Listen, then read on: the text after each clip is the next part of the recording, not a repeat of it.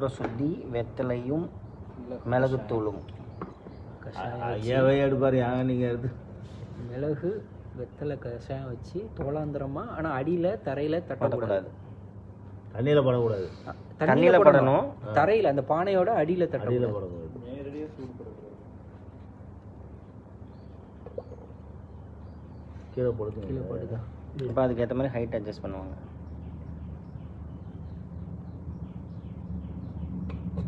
மூணு மணி நேரம் இருக்கணும். அதில் அது என்ன பண்ணணும்? சுத்தி மாதிரி கஷ்டமான வேலை இல்லை.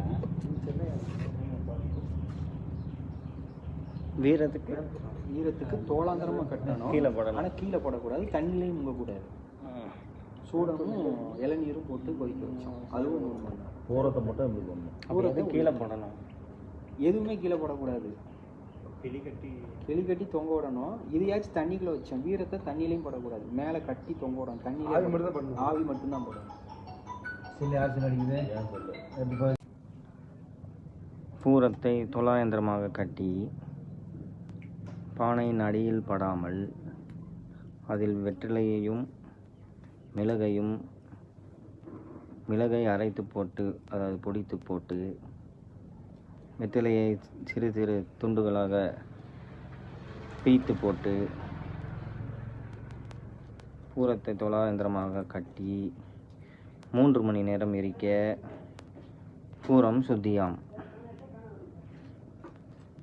நன்றி, வணக்கம். இங்கே அது இதுன்னு சொல்லிட்டு பண்ணிட்டு இருக்க முடியுங்க. இதையும் சேர்த்தா இன்னும் பொருளாகும் சொல்லிட்டு இன்னும் போடாது. ஏன் சொல்ல மாட்டேங்க அவங்க பையன்? ஐயா சொல்றது புரியுதுங்களா? சுத்தி செய்த